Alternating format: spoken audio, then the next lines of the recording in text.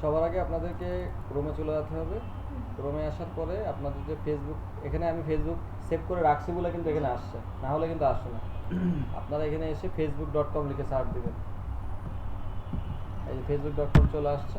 facebook.com-এ আসার পরে সরাসরি আপনার প্রোফাইল আসবে। আপনি ডাইন সাইডে দেখলে দেখতে পাবেন যে আপনার প্রোফাইল আছে কিনা। এটা হলো আপনার প্রোফাইলের ফটো। তারপরে কি করব? আচ্ছা, এখানে আসার পরে আপনাকে দেখতে পাবেন যে বাম সাইডে পেজ নামে একটা অপশন লেখা আছে, দেখবেন সরাসরি বাম সাইডে। এই বাম সাইডে এখানে ক্লিক করবেন। ক্লিক করার পরে আপনি যে পেজগুলো অলরেডি ম্যানেজ করতেছেন, মানে এর আগে যেগুলো ব্যবহার করতেছেন, ক্লায়েন্টের জন্য কাজ করেছেন, দেখতে পাচ্ছেন আমার এখানে অসংখ্য পেজ রয়েছে। এগুলো কিন্তু অধিকাংশ ক্লায়েন্টের পেজ। এখানে আমার পেজ, থাকবে না। আমি সেটাই বলতেছি। এখানে আমার পেজ হয়তো একেবারেই কম, আমার একটা রয়েছে এখানে, একটা দুইটা দুইটা দুইটা, এই যে আরেকটা আমাদের ডিজিটাল ভ্যালি, এই হলো তিনটা আমাদের পেজ। কিন্তু বাকি যে পেজগুলো দেখতে পাচ্ছেন, এই পেজগুলো কিন্তু সব লোকাল ক্লায়েন্টদের, ইন্টারন্যাশনাল ক্লায়েন্টদেরও রয়েছে, লোকাল ক্লায়েন্টের। এই আরেকটা পেজ ম্যানেজ করার জন্য বেসিক্যালি আমাকে 5,000 টাকা করে দেওয়া হচ্ছে, আমাকে দিচ্ছে। পাশাপাশি অ্যাড ক্যাম্পেইনের জন্য তো আছেই। এখানে অলমোস্ট কতগুলো আছে, এখানে 10-15টা আছে। তো 10-15টা লোকাল মার্কেটে ক্লায়েন্টদের কাছ থেকে পাওয়া যাচ্ছে। এখন আমি যদি নতুন করে কোনো পেজ ক্রিয়েট করতে চাই, তাহলে সেই ক্ষেত্রে আপনাকে কোথায় যেতে হবে? দেখেন বাম সাইডে একটা অপশন রয়েছে ক্রিয়েট এ নিউ পেজ। এই ক্রিয়েট এ নিউ পেজে আমাদেরকে ক্লিক করতে হবে। ক্রিয়েট এ নিউ পেজে ক্লিক করার পরে আমাদের সামনে এইরকম একটা অপশন আসবে, পেজ নেম, পেজ ক্যাটাগরি এবং বায়ো। পেজ নেমের এখানে যেই ক্যাটাগরির আপনার পেজটা হবে, সেই ক্যাটাগরির পেজের নাম দিতে হবে। সাপোজ আপনি যদি মোবাইল বিক্রি করেন, তাহলে মোবাইল রিলেটেড নাম দিয়ে একটা পেজ তৈরি করতে হবে। যদি কম্পিউটার হয়, তাহলে কম্পিউটার রিলেটেড।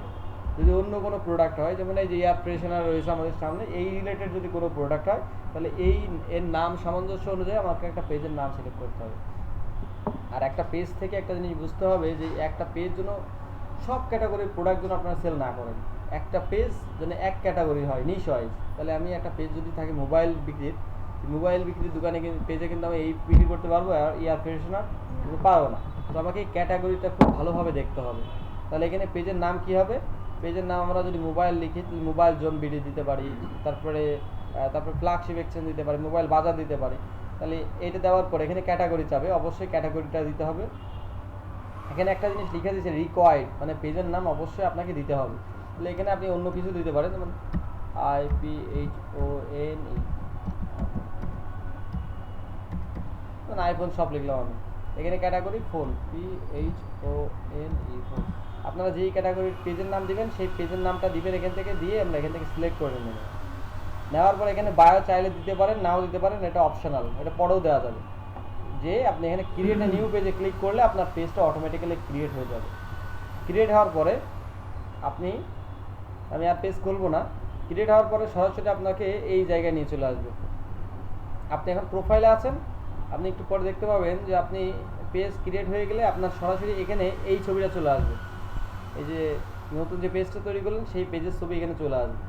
তারপরে আসার পরে এই জায়গায় চলে আসবেন। আসার পর আপনাদের কাজটা কি, এই যে এডিট নামে যে অপশনটা দেখতে পাচ্ছেন, এই এডিট অপশনে আপনাদেরকে ক্লিক করতে হবে। ক্লিক করার পরে এই জায়গায় কোনো এডিট করবেন না, একদম নিচে আসবেন, এডিট ইওর অ্যাবাউট ইনফরমেশনে ক্লিক করবেন। ক্লিক করার পরে আপনি এই পেজে যাবতীয় যত কিছু আছে, যত ইনফরমেশন আছে, সব এখান থেকে আপনি এডিট করতে পারবেন। যাবতীয় সকল কিছু এডিট করতে পারবেন। এডিট করে আপনি এক এক করে যে ইনফরমেশনগুলো আপনার দরকার, সেই ইনফরমেশনগুলো এক এক করে এখানে এডিট করতে পারবেন।